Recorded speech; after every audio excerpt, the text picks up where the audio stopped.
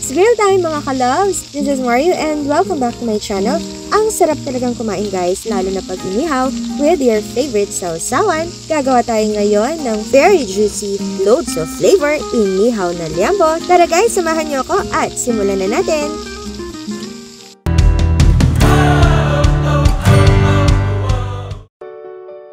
And now guys, pagsamasamahin lang natin dito sa ating bowl ang minced garlic. Then the soy sauce, about 3 tablespoons yan guys.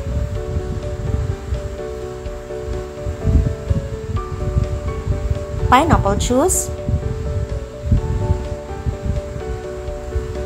Calamansi juice. Ground pepper. And then the sugar. At haluin lang natin ng mabuti hanggang sa mag-well combined na lahat ng ingredients.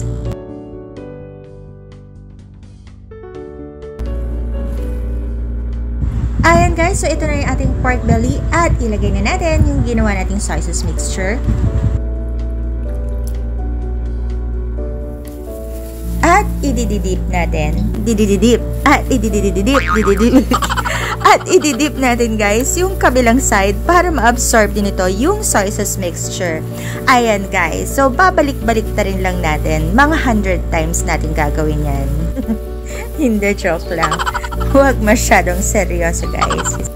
Ayan guys, so i-cover na natin dito ng plastic wrap at i-marinate natin ito ng overnight. Pero sa mga nagmamadali ay pwede na rin ng 2 to 3 hours. Mas malinamnam kasi guys pag na-marinate natin ito ng overnight. Okay mga ka-loves?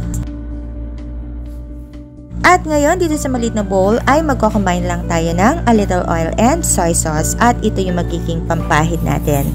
But normally guys, yung pinagmarinatan mismo yung pinampapahid. Pero kasi nalalansahan ako dun guys, kasi pinagbabara na yun ng hilaw na pork. Pero nasa sa inyo naman yun.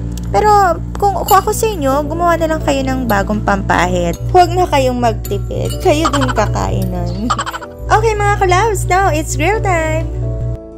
And now guys, papahiran natin ng basting sauce yung ating grill grates kasi may kasama na ring oil yon para hindi dumikit yung ating iniihaw or yung ating pork belly. Ayan guys, so pwede na natin ilagay yung ating liampo. 1, 2, 3. Tatlong pork belly.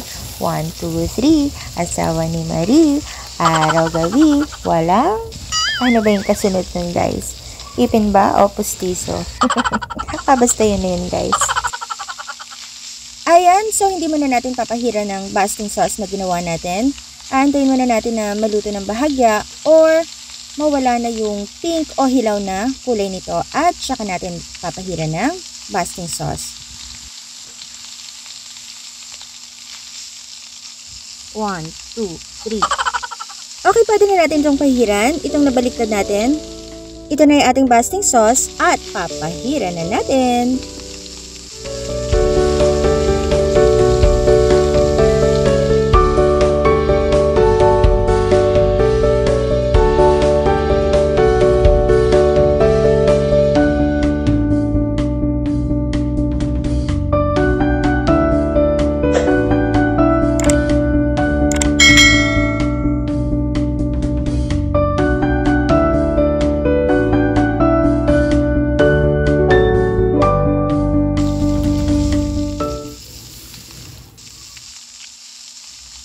Guys, so papahiran muna natin yung kabilang side ng liampo.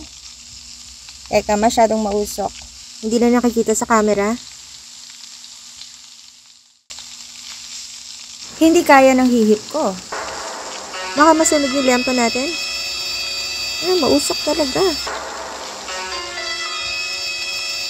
Kailangan ko ng pamaypay, please.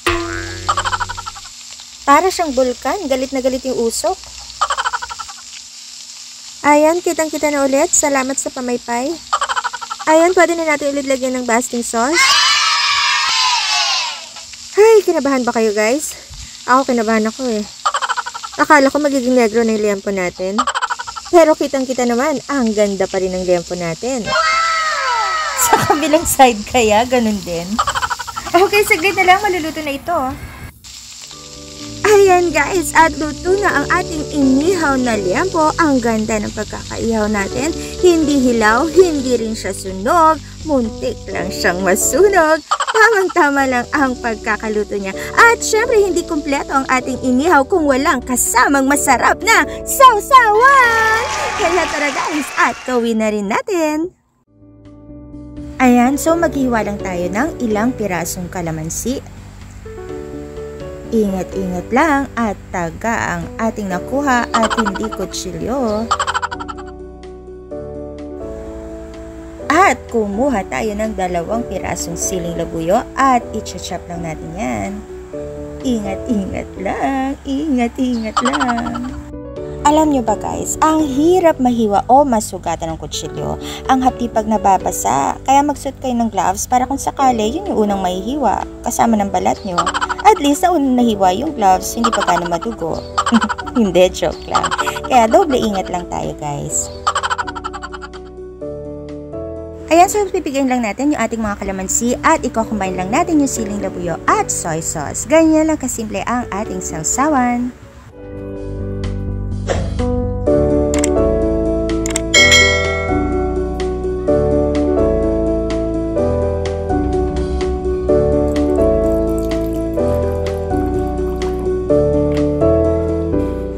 Para sa tamang sukat ng ating recipe guys, check nyo lamang po ang description box below this video.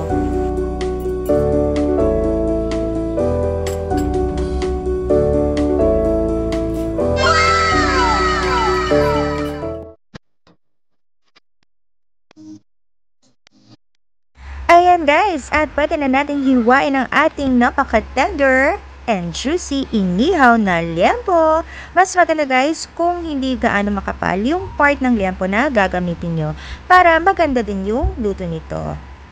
Ay, hiwain din natin ito para madami.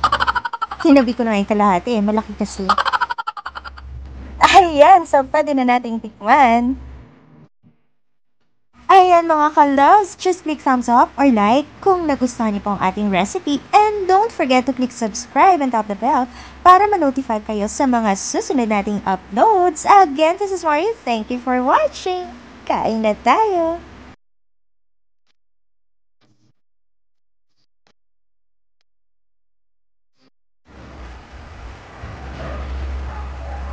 Isa-isa lang.